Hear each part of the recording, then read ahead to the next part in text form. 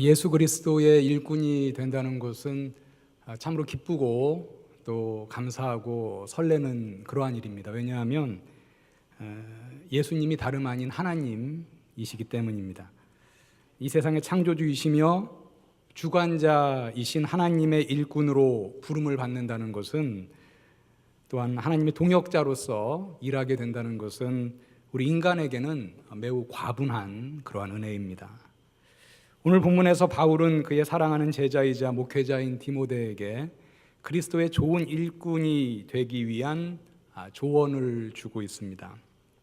이 조언은 디모데와 같은 목회자뿐만 아니라 그리스도의 일꾼으로 신실하게 섬기고자 하는 모든 성도들에게 좋은 교훈을 주고 있는 그러한 말씀입니다.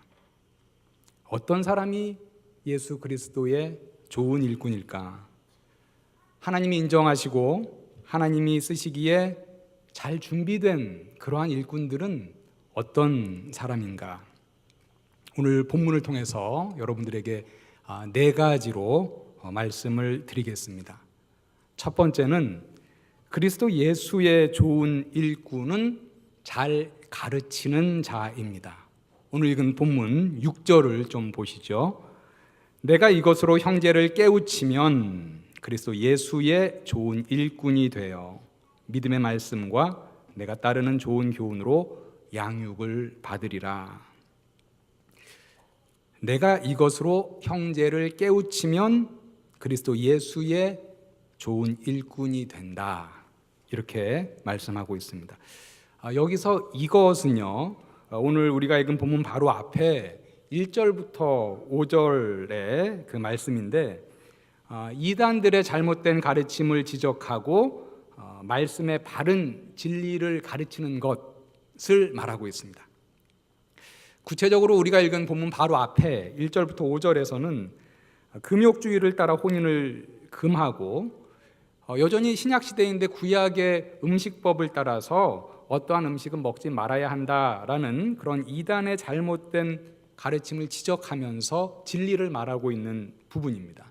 우리 3절부터 5절을 잠깐 보시면은요, 혼인을 금하고 어떤 음식물은 먹지 말라고 할 터이나 음식물은 하나님이 지으신 바니 믿는 자들과 진리를 아는 자들이 감사함으로 받을 것이니라. 하나님께서 지으신 모든 것이 선함에 감사함으로 받으면 버릴 것이 없나니 하나님의 말씀과 기도로 거룩하여 짐이라. 즉 그리스도의 좋은 일꾼은 진리와 비진리를 분별하여 진리를 가르침으로 형제를 깨우치는 자다라는 것입니다. 이러한 말씀을 우리 성도님들에게 드리면, 디모데는 목회자였으니까 형제를 잘 깨우치는 것에 관해서 지금 바울이 말하고 있는 것이겠지만, 목사가 아닌 우리 성도들, 그리스도의 좋은 일꾼이 되기 위해서 굳이 잘 가르치는 자가 되어야 하는가? 이렇게 질문할 수 있겠습니다. 이러한 질문에 대해서 네라고 자신 있게 말씀을 드리겠습니다. 교회에서는 물론 목회자들이 말씀을 가르치는 많은 부분을 감당합니다. 하지만 목회자 외에도 가르침을 감당하는 교회에 많은 일꾼들이 있습니다. 우리 청년부만 먼저 보게 되면 우리 부장님들이 우리 순장 또 부순장 리더들을 말씀으로 가르치죠. 그리고 또 우리 순장 부순장들은 또 각 순에서 우리 순모임 할 때 말씀을 나눌 때 또 말씀을 가르치는 그런 역할을 감당합니다. 이 자리에도 많이 계시겠지만 주일학교 우리 교사로 봉사하시는 분들 역시 학생들에게 또 어린 영혼들에게 말씀을 가르치는 일을 감당을 합니다. 분반 공부 시간에 말씀을 가르치잖아요. 우리 장년부도 보면 구역장으로 섬기시는 분들이 역시 구역 예배를 드리고 할 때 말씀을 가르치는 일을 감당합니다. 그래서 예수의 좋은 일꾼이 되기를 원하신다면 진리의 말씀을 옳게 분별하여 잘 가르치는 자가 되도록 여러분들 열심히 준비하시고 열심히 힘쓰시기를 바랍니다. 그래서 디모데후서 2장 15절에서는 바울이 디모데에게 이렇게 권면하였습니다. 너는 진리의 말씀을 옳게 분별하며 부끄러울 것이 없는 일꾼으로 인정된 자로 자신을 하나님께 드리기를 힘쓰라. 우리 모두에게 하나님이 주시는 권면의 말씀입니다. 두 번째로요, 그리스도 예수의 좋은 일꾼이 되기 위해서는 믿음의 말씀으로 잘 양육을 받아야 합니다. 이는 사실 우리가 조금 전에 얘기한 잘 가르치는 일꾼이 되기 위한 것과 뗄래야 뗄 수 없는 그런 밀접한 관계에 있습니다. 말씀으로 잘 양육을 받아야지 말씀을 잘 가르치고 형제를 깨우치게 할 수 있을 것입니다. 6절 말씀 다시 보시면 내가 이것으로 형제를 깨우치면 그리스도 예수의 좋은 일꾼이 되어 믿음의 말씀과 내가 따르는 좋은 교훈으로 양육을 받으리라.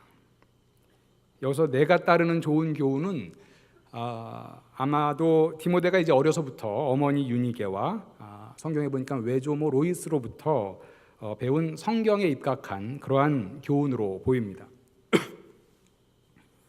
하나님의 좋은 일꾼이 되기 위해서는 잘 가르치는 자가 되도록 준비해야 하고, 이 준비를 위해 중요한 것은 오늘 말씀해 보니까 믿음의 말씀으로 잘 양육을 받는 것이다, 이렇게 말하고 있습니다. 양육이라는 말이 오늘 말씀에 나왔네요.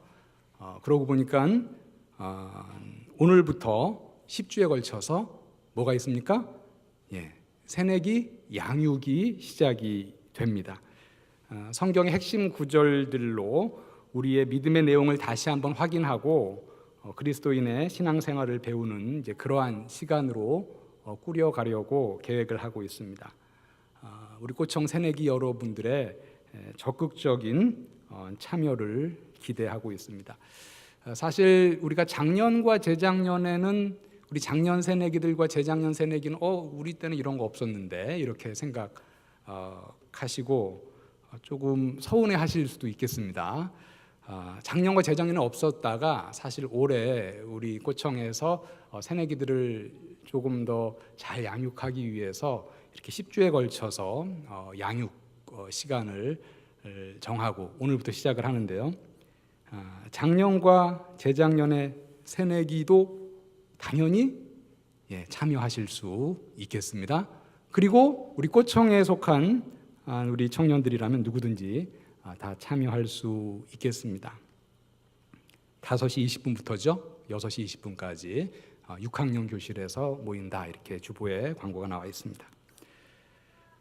세 번째로 그리스도 예수의 좋은 일꾼이 되기 위해서는 오늘 말씀해 보니까 망령되고 허탄한 신화를 버리라, 이렇게 말하고 있습니다. 7절 보시죠. 망령되고 허탄한 신화를 버리고 경건에 이르도록 내 자신을 연단하라.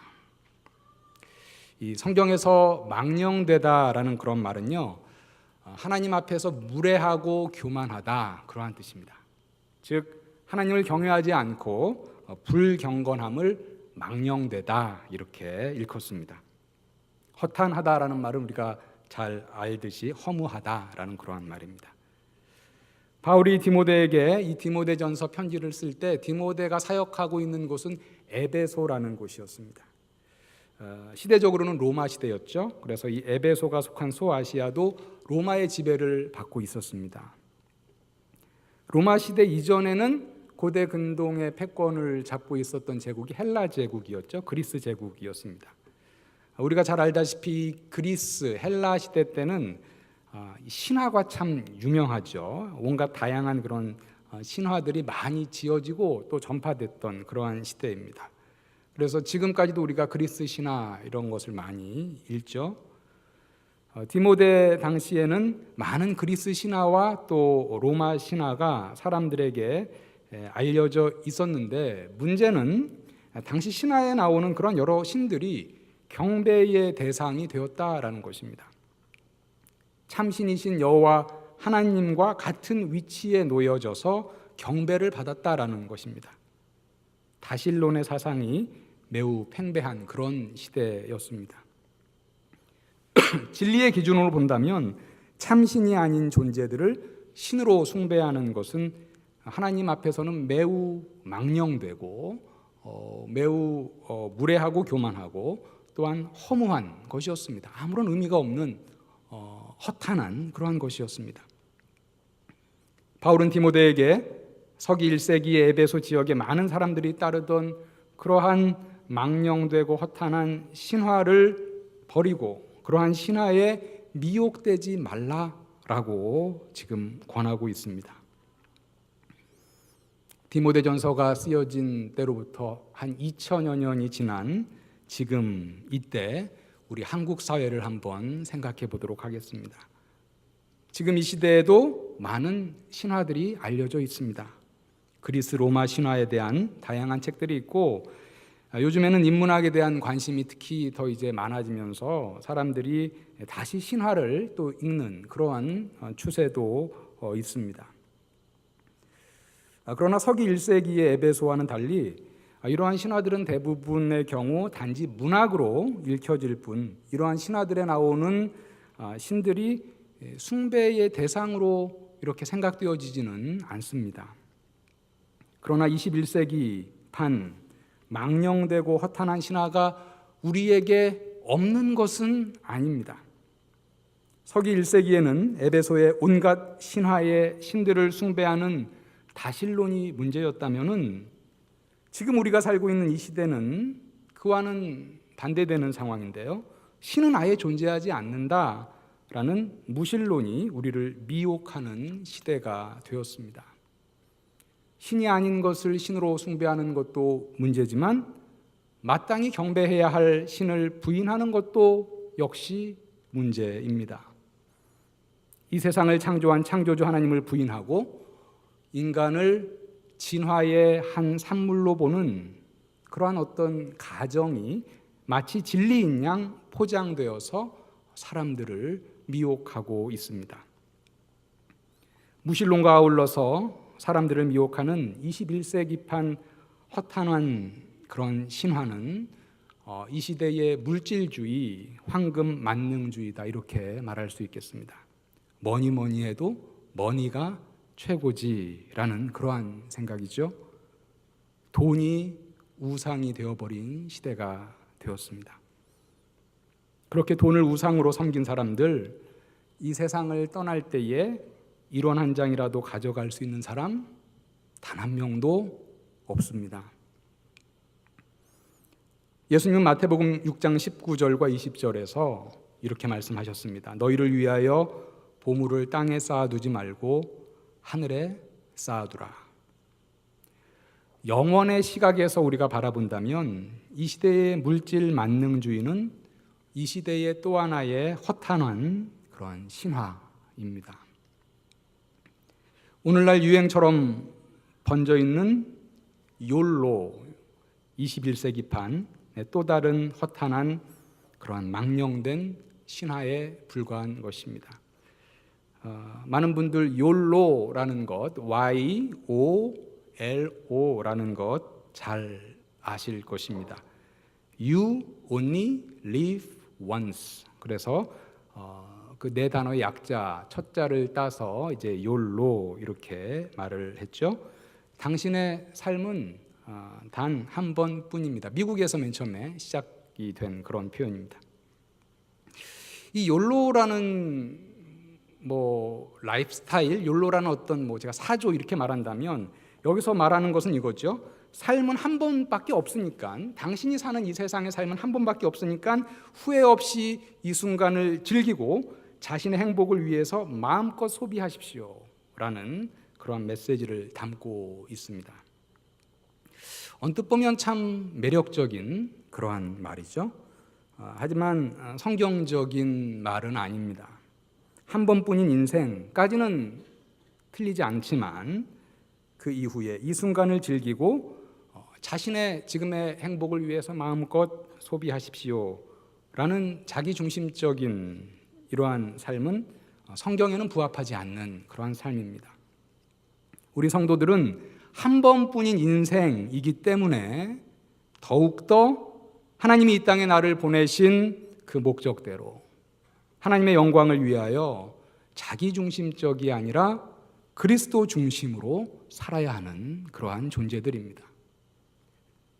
엊그제 신문에서 지난해 2018년 우리나라 여성의 출산율, 즉 우리나라의 평균적으로 여성 한 명이 평생 낳는 그런 아이의 수가 한 명 이하로 떨어져서 0.96에서 0.97명 수준에 그칠 것이다 라는 그런 기사를 보았습니다. 많은 분들 보았을 텐데요, OECD 회원국 가운데 꼴찌라고 합니다. 더 충격적인 것은 어떤 자연재해, 기근이 없는데 출산율이 한 명 선에서 무너진 국가는 이때까지 한 번도 없다고 합니다. 그러한 사례는 한 번도 없었고 우리나라가 첫 사례가 될 것이다 라는 것이었습니다. 기네스북에 오를 그러한 일이죠. 기사를 보면서 여러 가지 생각이 들었습니다. 한국 사회가 참으로 살기 어려운 사회구나 라는 생각을 했습니다. 1인당 국민소득이 3만 불이라고 말하지만 출산율이 세계 꼴찌라는 것은 그만큼 한국이 살기 어려운 나라다라는 것을 반증하는 것이다 라는 생각을 했습니다. 어쩌면 우리나라 젊은이들 가운데 은연중에 퍼져 있는 이러한 욜로라는 라이프 스타일이 출산율 저하의 한 요인으로도 작용했겠구나라는 생각도 했습니다. 요즘 결혼하고도 애를 낳지 않는 부부들이 늘어나고 있다고 합니다. 빠듯한 수입에 출산과 육아, 자녀 교육에 부담을 지지 않고 자신들을 위해 소비하며 자신들의 시간을 많이 갖고 자유롭게 여행하고 좀 더 즐기며 살기로 그렇게 방향을 잡은 부부들입니다. 그러나 성경은 이러한 욜로의 사조에 반대되는 가르침을 기본적으로 우리에게 주고 있습니다. 창세기 1장 28절에서 하나님은 최초의 커플 아담과 하와에게 이렇게 명령하셨습니다. 생육하고 번성하라, 땅에 충만하라. 지나친 자기중심적 사고로 미혹하는 욜로의 이러한 사조는 우리가 피해야 할 또 하나의 이 시대의 사조입니다.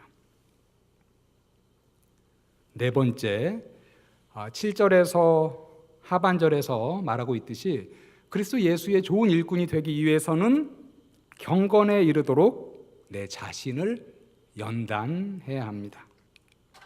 여기서 연단하라는 말은 연습하고 훈련하라라는 그런 말입니다. 이 말씀을 통해 우리가 알 수 있는 것, 경건이라는 것 하루아침에 이루어지지 않고 부단히 연습하고 훈련해야 한다라는 것입니다. 영어에서 practice makes perfect이라는 말이 있죠. 연습이 완전하게 한다라는 그런 말입니다.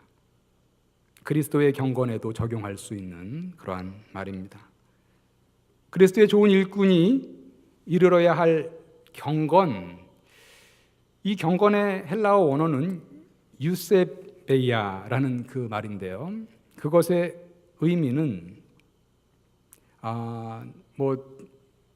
이렇게 주석가들마다 다양하게 정의할 수 있겠지만 핵심적인 요소를 좀 압축해서 얘기한다면 경건이라는 것은 하나님을 두려워하여 하나님의 뜻대로 살기 위해 매사에 주의하는 것이라고 정의할 수 있겠습니다. 제가 지난번에 설교에서도 말씀을 드린 것 같은데요. 경건이란 뭐냐? 도대체 경건이 뭐냐? 하나님을 두려워하여 하나님의 뜻대로 살기 위해서 매사에 주의하는 것, 그것이 경건이다라는 것이죠. 어떤 성도가 하나님을 두려워함으로 매사에 하나님의 뜻대로 하나님의 말씀대로 사는 삶에 이르렀다면 그 사람은 온전한 경건에 이른 것이다, 이렇게 말할 수 있겠습니다. 예수님을 영접하고 하나님의 뜻대로 하나님의 말씀대로 살겠다고 다짐하지만 우리 성도들은 연약해서 자주 넘어집니다. 하나님을 두려워하면서 산다고 하지만 죄의 유혹이 강력하게 다가올 때는 하나님을 두려워함을 잠시 내려놓습니다. 하나님 잠깐만 눈 감아 주세요. 이렇게 말을 하고 죄의 길로 슬쩍 가는 것이 우리의 연약한 모습입니다. 하나님의 뜻대로 살기에 힘쓰지만 어느 때는 참으로 뻔뻔하게도 하나님의 뜻이 무엇인지 뻔히 알매도 불구하고 현실을 핑계로 적절히 타협합니다. 그리고 나서 이후에는 결국 후회하는 것이 또한 우리 자신의 연약한 모습입니다. 분명 우리의 경건이 한술에 배부를 수 없지만 그리스도의 좋은 일꾼이 되기 위해서는 경건의 훈련과 시행착오를 거쳐서 점점 더 온전한 경건으로 나아가야 하겠습니다. 여러분의 경건 생활의 여정을 한번 뒤돌아보십시오. 여러분은 여러분의 경건의 여정에서 비록 넘어지고 실패가 있지만 계속해서 길게 보면 전진하는 그러한 과정에 있습니까? 아니면 몇 년 전의 경건과 비교해 볼 때 전진하지 못하고 현재 정체되어 있는 그러한 상황으로 평가가 되십니까? 아니면 오히려 지난 날보다 지금의 나의 경건 생활은, 나의 경건 지수는 더 퇴보하고 더 낮아졌습니까? 온전한 경건에 이르는 훈련, 우리가 부단히 연습해야 하는 것인데요. 비록 우리가 이 훈련 가운데 넘어질 때도 있지만 긴 경건의 여정에서 전진하여 나가시는 우리 성도님들 다 되시기를 주님의 이름으로 축원합니다. 경건 훈련의 실제적 예로 우리가 경건의 훈련이라고 부르는 그 quiet time, 우리가 QT라고 얘기하죠. 한번 들어보겠습니다.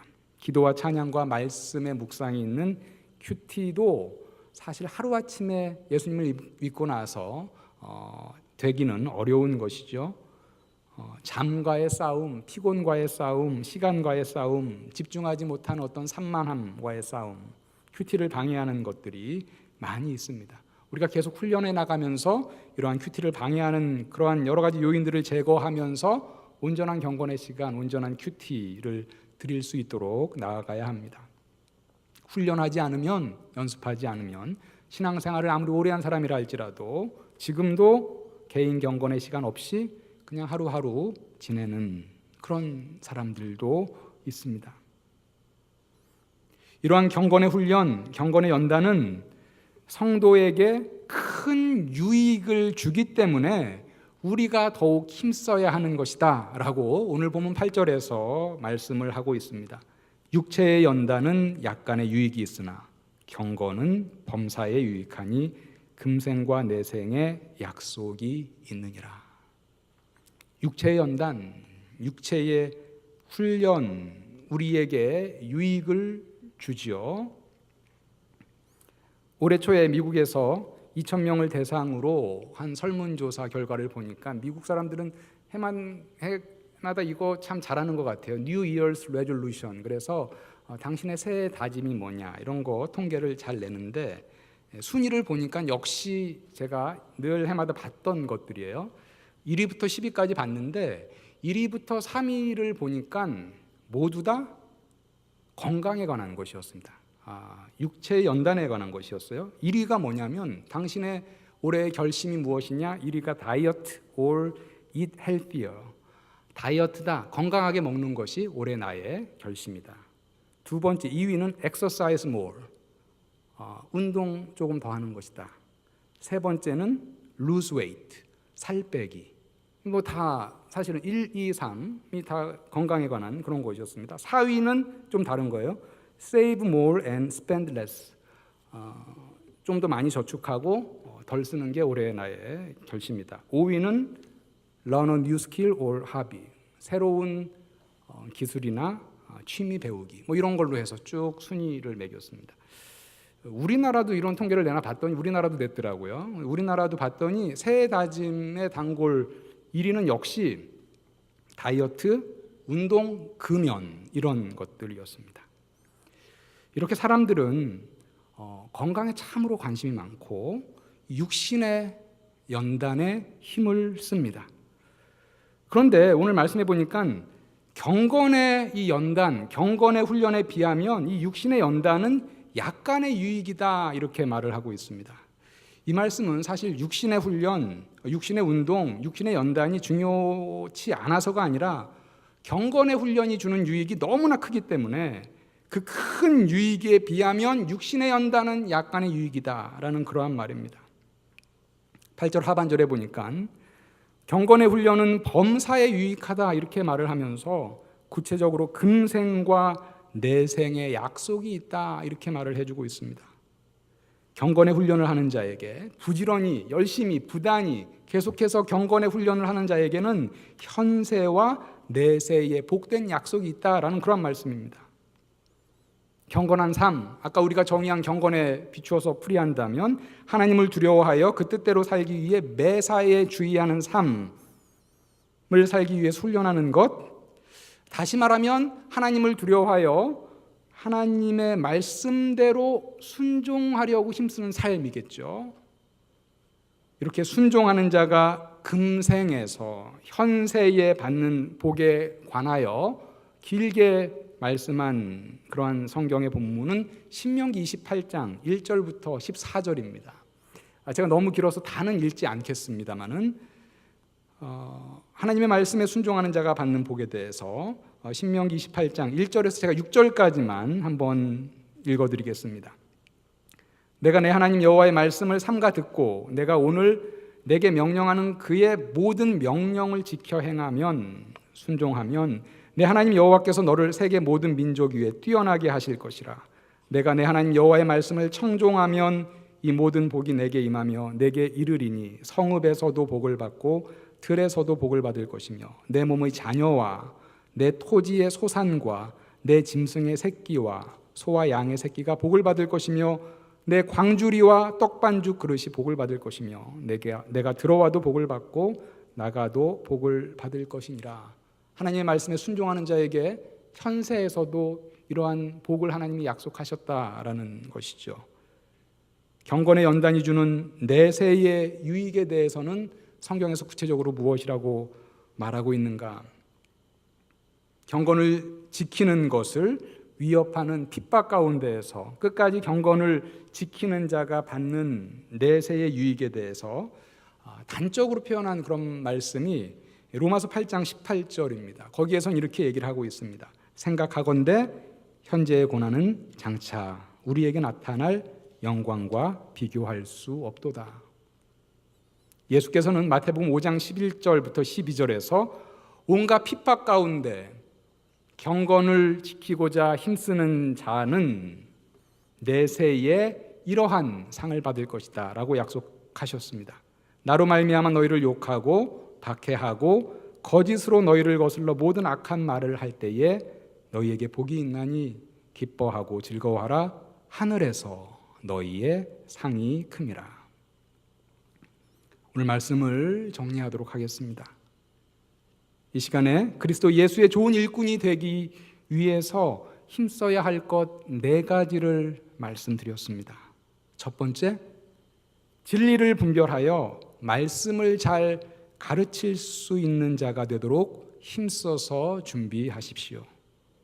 잘 가르쳐서 형제를 잘 깨우치는 자를 그리스도 예수의 좋은 일꾼이다 이렇게 말씀하셨습니다. 두 번째, 잘 가르칠 뿐만 아니라 믿음의 말씀으로 양육받는 데 힘쓰시기를 바랍니다.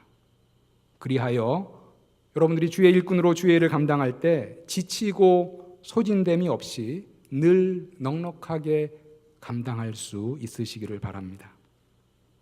세 번째, 이 시대에 망령되고 허탄한 신화에 한눈 팔지 마시기 바랍니다. 21세기에 망령되고 허탄한 신화, 허탄한 사조인 무신론, 물질 만능주의, 욜로 사조 등에 빠지지 마시기 바랍니다. 네 번째, 온전한 경건에 이르도록 계속해서 연단, 훈련, 연습하시기를 바랍니다. 하나님을 두려워하여 매사에 하나님의 뜻대로 살기에 주의하는 훈련을 하는 자에게 현세와 내세에 육신의 훈련, 육신의 연단과는 비할 수 없는 큰 복을 하나님께서 약속해 주셨습니다. 예수께서는 마태복음 10장 37절에서 추수할 것은 많되 일꾼은 적으니라는 유명한 말씀을 우리에게 남겨주셨습니다. 일꾼이 부족한 이때에 오늘 말씀에서 우리가 살펴본 좋은 일꾼의 4가지 지침을 따라서 주님께 좋은 일꾼으로 쓰임받는 우리 모든 성도님들 다 되시기를 주의 이름으로 간절히 축원합니다.